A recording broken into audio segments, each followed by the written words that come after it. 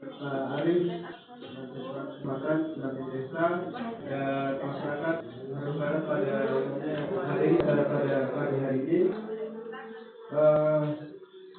semua sehingga kita dapat bertemu pada acara musyawarah desa khusus terkait pembahasan dengan koperasi desa program nasional yang harus kita laksanakan sebagai yang bertanggung jawab di Jawa Barat pada sedikit sudah dipaparkan dari saya rasa itu sudah sangat lengkap terkait aturan dari nasional bagaimana program koperasi desa Merah Putih ini, bagaimana sistemnya, bagaimana teknisnya, saya sudah dijelaskan semua tadi.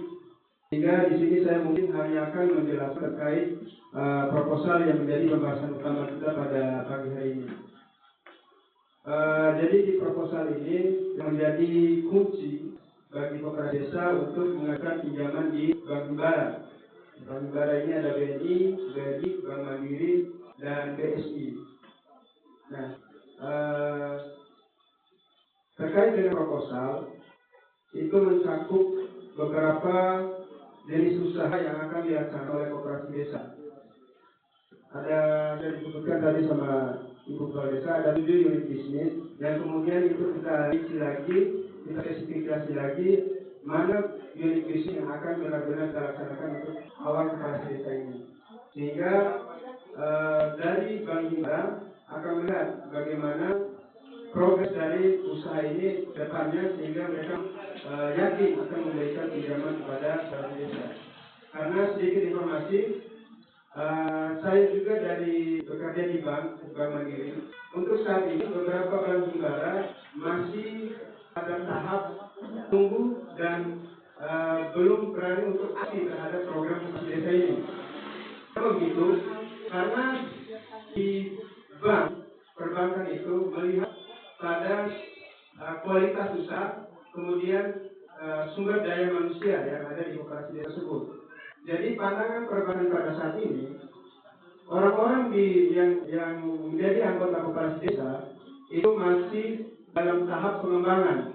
Jadi untuk diberikan pinjaman yang nilainya sangat besar itu masih tahap kita lihat dulu dan bagaimana perkembangan yang selesai ini. Karena memang ini suatu program yang baru, masih banyak yang perlu dipelajari, maka pihak perbankan beberapa itu memilih untuk tunggu dan melihat dulu perkembangan situasi terkait koperasi desa ini. Sehingga yang perlu dilakukan oleh teman-teman koperasi desa mempersiapkan jenis usaha secara konsep, secara sumber daya manusia dan secara pemahaman teknis maupun sistem dari koperasi desa tersebut. Mungkin itu sudut pandang dari perbankan. Nah, masuk pada proposal. Jadi di proposal koperasi desa Merah Putih Desa Barat memiliki ada beberapa bisnis yang akan dikembangkan. Yang pertama terkait jual beli sembako, gas LPG, layanan simpan pinjam, gerai pertanian yang berupa pupuk subsidi dan non subsidi, obat-obatan pertanian, serta jual beli bawang merah hingga gerai agen, drilling, BNI, Mandiri dan lain. Nah itu menjadi yang menjadi prospek usaha dari koperasi Merah Barat. Kemudian adapun maksud dan tujuan pengajuan pinjaman ke bank dilakukan oleh koperasi desa Merah Putih Merah Barat sebagai langkah strategis untuk memperkuat permodalan usaha koperasi. Jadi untuk saat ini koperasi sangat membutuhkan modal dari pihak perbankan, sehingga dari konsep usaha dan sumber daya manusia itu harus memang matang dari koperasi desa, karena perbankan pasti melihat. Terus yang poin kedua, perbankan pasti akan melihat terkait slip, jadi riwayat pinjaman dari anggota tersebut. Ketika ada satu anggota yang memiliki riwayat macet pada pinjaman-pinjamannya, maka kemungkinan pinjaman persetujuan pinjaman itu akan bermasalah ataupun limit pinjamannya akan diturunkan. Itu dari perspektif perbankan. Sehingga sangat perbankan saat ini sangat teliti terkait koperasi desa ini. Jadi makanya ada jaminan 30% maksimal dari desa, sehingga untuk istilahnya ketika macet ataupun ada macet dari anggota, dana dari desa itu yang menjadi jaminannya. Seperti itu. Sehingga jenis usaha dari koperasi desa untuk dilaksanakan harus benar-benar sesuai dengan apa yang menjadi pandangan dari perbankan ini. Karena memang perbankan sangat hati-hati dalam melihat program koperasi desa rutin saat ini. Jadi ada beberapa perbankan yang sangat berhati-hati, baik BRI, BNI maupun BNI.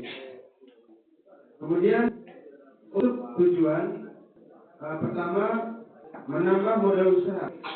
Jadi sudah jelas adanya proposal pengambil modal ini untuk memperkuat struktur modal koperasi agar dapat mengembangkan volume usaha, meningkatkan stok barang serta memperluas cakupan layanan usaha.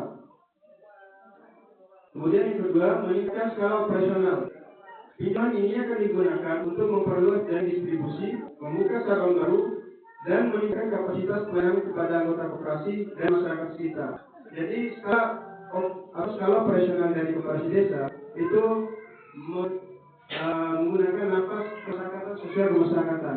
Jadi memang adanya usaha ini untuk mendongkrak perekonomian masyarakat, terutama masyarakat khususnya desa Naru Barat itu sendiri. Terus yang ketiga, menurut pertumbuhan ekonomi anggota dan masyarakat desa.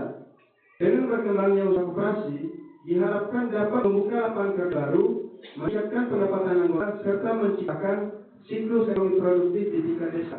Artinya, di satu sisi, ketika koperasi desa ini berjalan dengan baik, tingkat pengangguran ataupun tingkat perputaran ekonomi desa itu akan mengalami peningkatan, terutama pada sisi pemberantasan terkait rentenir ataupun yang lain, sehingga ketika masyarakat desa membutuhkan dana untuk modal pertanian, itu bisa langsung koperasi desa. Yaitu secara langsung memberantas rantai rentenir itu sendiri, ataupun ketika masyarakat masuk ke koperasi desa dan mendapatkan mendapatkan benefit dari usaha koperasi desa, itu akan secara langsung meningkatkan siklus ekonomi produktif di tingkat desa. Adapun saran dari kegiatan yang secara langsung akan mendapatkan manfaat melalui peningkatan layanan, ketersediaan barang pokok serta akses simpan pinjam. Yang kedua, masyarakat desa mendapatkan barang kebutuhan pokok dengan harga terjangkau. Jadi ketika koperasi desa membuka misalnya gerai pupuk, itu secara langsung membantu para petani mendapatkan pupuk yang murah.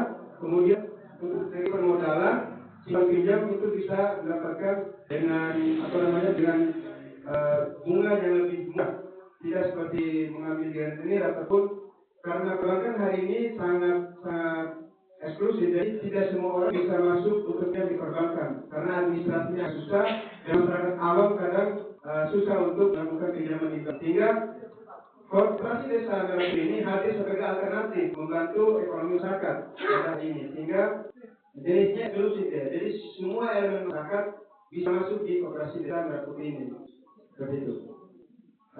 Terus sasaran ketiga, koperasi desa Merah Putih secara langsung memperkuat kelembagaan, memperluas jaringan usaha, serta meningkatkan daya saing sebagai pelaku ekonomi desa yang profesional. Jadi ketika koperasi desa Merah Putih berjalan dengan baik, itu akan berdampak langsung pada lembaganya itu sendiri. Jadi untuk ketika usaha lancar, permodalan berikutnya pasti akan gampang juga di approve sama perbankan seperti itu. Mungkin kita akan merasakan di pertama pengajuan perizinan ini di perbankan akan mengalami kesulitan ataupun agak ketat dari perbankan. Dan memang dari segi pengalaman usaha, koperasi desa Merah Putih masih sangat baru dan merupakan program baru juga. Sehingga perbankan pasti akan melakukan penilaian yang cukup ketat terhadap koperasi desa Merah Putih. Kemudian poin kedua terkait target kegiatan. Yang pertama, target pertama menambah modal usaha sebesar 920 juta rupiah. Dan ini akan menjadi pembahasan kita bersama. Apakah nilai ini sudah cukup atau perlu diturunkan atau malah perlu ditingkatkan? Itu menjadi musyawarah kita bersama pada pagi hari ini. Nah, adapun tujuan dari modal usaha itu akan disalurkan kemudian nanti itu selama 6 bulan. Karena peraturan periode ini apa? Jadi koperasi desa diberikan waktu 6 bulan untuk melaksanakan usaha. Jadi selama 6 bulan ini koperasi desa tidak dibebankan dengan angsuran hutang. Jadi selama 6 bulan ini dikasih waktu untuk koperasi desa melakukan kegiatan usaha